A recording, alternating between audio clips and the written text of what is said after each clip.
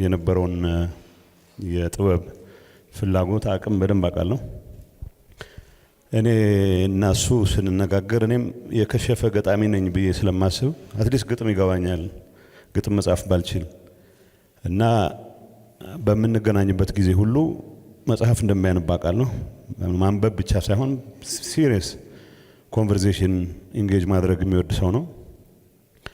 እንደ አለመታደል ሆኖ አይ ቲንክ ከግጭት ከጦርነት በኋላ ለመጀመሪያ ጊዜ አስታውሼ ስልክ ደውዬለት ስልኩን አለመርሳት የነበረ ያስገረመው። ስልኩን ልረሳ አልችልም። የአየህራድን ስልክ አሁንም ቢሆን በቃል ያውቀዋለሁ እና እንገናኛለን ተባብለን ማረፉን ምናልባት ከማረፉ ከ3 ቀን በፊት ተደዋውለን ነበረ። ሂሩት ነች አርፏል ብላ ነገረችኝ።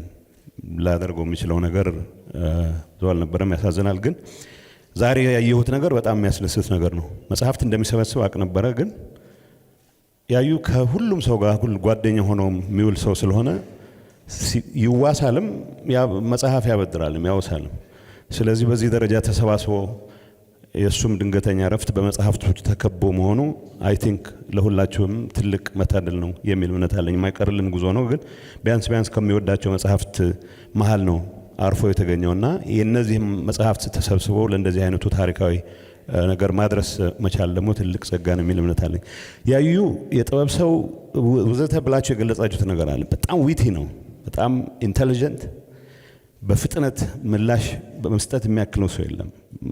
በዚህ መድረክ እንደተባለው የሀዘን ሳይሆን ፈገግም የምንልበት እሱንም የምናስብበት መድረክ ስለሆነ አንድ መጨረሻ ምናልባት በአካል ፕሮባብሊ 2012 ነው የመጨረሻ የተያየ ነው መሰለኝ። አንድ ጓደኛችን የአስመራ ልጅ ነው፣ በተደጋጋሚ ስለ መስከረም ያወራል። አደይ አበባ እኛ ጋር አደይ አበባ ይዘን እና ያዩ ትንሽ አንተላለና እኔ እኮ ይገርምሃል ብዙ አለማወቅ ነው፣ አስመራ አደይ አበባ እንጂ አደይ አበባ ያለ አይመስለኝም ነበር ነው። ያዩ በትንሽ አጋጣሚዎች በጣም ዊቲ የሆነ ቀልድ መፍጠር የሚችል ሰው ነው የነበረው።